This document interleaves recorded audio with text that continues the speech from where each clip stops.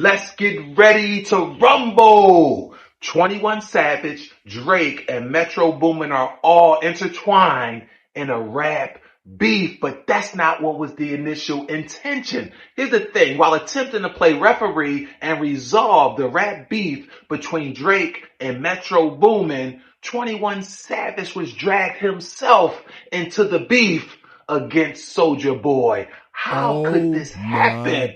I'll tell you how. 21 Savage has collaborated with both artists, both Drake and Metro Boomin, and he gives props to both artists. And he believes that both of their artistry is big enough that they'll rise above this low-hanging fruit, rap beef. But you're not going to believe what else transpired surrounding this beef. Don't nobody go in the bathroom for about 45 minutes. You done fucked up, you know that, don't you? You got knocked the fuck out! What's happening? What many people overlook is that in most of these rap beefs, they kind of wonder what keeps sparking this beef, what keeps sparking it, what keeps igniting it. It's the fans in most instances that sparks these beef and throws lighter fluids on it to further intensify the flame. And most people just go blaming each artist. But in most instances, it's the fans that are keeping these beefs going. Now, it's no different with the Metro Boomin and Soulja Boy situation. Check out these tweets from over 10 years ago. You're not going to believe. Again, mind you, I'm going to read you these tweets, but it's from over a decade ago, around 2012. Metro Boomin tweeted, "My phone rings to come to the studio with Jeezy. Yours rings to send Soulja Boy a pack of beats." Whoa! Straight identifying names, straight humiliating, straight talking down on Soulja Boy. So Soulja Boy responded, "You got 24 hours to take that tweet down. You got 24 hours to delete that tweet and keep my name out your mouth," right? Then 21 Savage called Soulja Boy bluff by saying, "Or what?" Like basically, if he doesn't take down the tweet, what are you going to do, Soulja Boy? Soulja Boy attempts to call Metro a fraud, saying that Metro wasn't always on this kick that he's on now. He said at one point in time, Metro was ringing his doorbell, calling them up like they were homies. Check this out. Soulja Boy attempts to call Metro a fraud, saying he's talking greasy, but he's the same guy that was attempting to share music with him around the same time over a decade ago. So basically, Soulja Boy is saying, will the real Metro Boomin please stand up? Because this clown who's portraying to be Metro Boomin that I knew over 10 years ago, I don't know who this clown is. This thing is crazy, but you haven't heard the gist of it yet. Now, it's like they woke Soulja Boy up because Soulja Boy didn't stop talking after that first initial blow. Soulja Boy went on to say, "I come correct and I still have all the receipts to prove everything that I'm laying out here," right? So what are we doing here? That's basically how Soulja Boy is coming. Like, listen, I've always been the same cat. Who are you portraying to be? Because this not the bull that I knew. Soulja Boy actually produced the receipts. He showed them the tweets confirming that what he said is truth.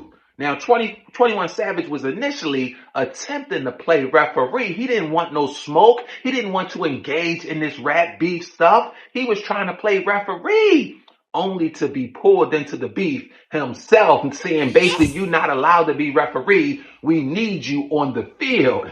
So Soulja Boy stayed in his feelings and took to social media to air out some dirty laundry. Now, Soulja Boy fired some shots below the belt at Metro Boomin. When I say below the belt, this is totally insensitive.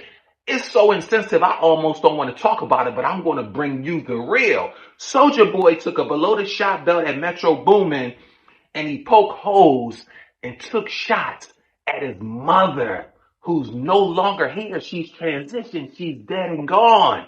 And he did it on Mother's Day. Whoa, can you say crazy? Can you say no regard, no remorse?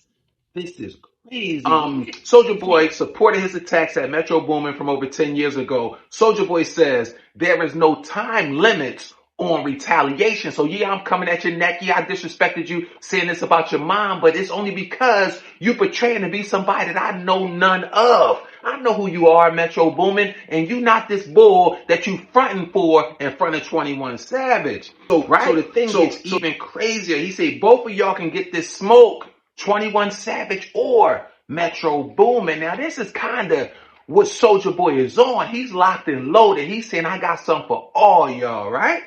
So Soulja Boy put the icing on the cake, posting a pic with damonfeldman. If you don't know who he is, he's the official of the celebrity boxing arena. He's the one that's putting on the Mike Tyson against Jake Paul, all these celebrity matches. So in other words, Soulja Boy put up a tweet, and this was the caption. No more talk. Contract is ready. damonfeldman official at damonfeldman official here with Soulja Boy. He wants the smoke. Let's do it on June 8th on pay-per-view. Listen, basically Soulja Boy is saying y'all could talk all that talk. Anybody could talk, but results don't lie. It's all about actions. I'm bringing that action.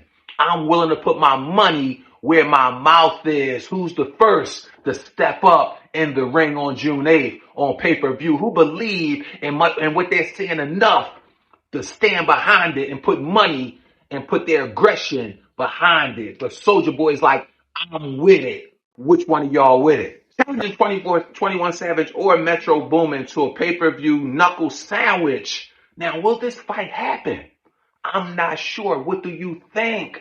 Like, here's the thing. It's almost like when they came at Soulja Boy mentioning his name, like Soulja Boy hasn't been real prominent in the last several years with his music, and he's not, I don't think he's viewed on that top tier level. So they just thought that they could probably walk over and mention his name as if he wasn't going to fire back. But it's almost like they woke up a sleeping bear in Soulja Boy. Now Soulja Boy wants all the smoke.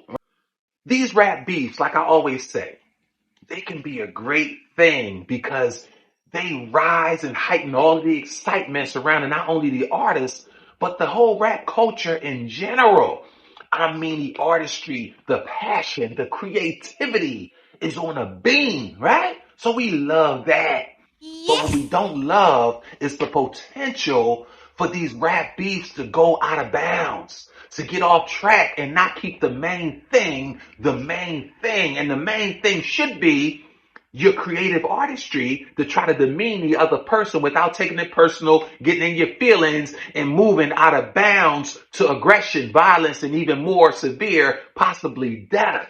So hopefully, again, this is very creative. It's interesting. It's exciting, but let's do it in a meaningful way. Let's do it in which everyone wins, in which it's a win-win scenario. No one should lose, especially the artist, right? So listen, let's keep going. Let's stay in bounds. Let's keep it all about creativity and don't venture off into violence or anything else. Listen, I thank you so much from the depths of my heart for watching. Yes, I'm going to keep it coming. You be great. And more importantly, be blessed.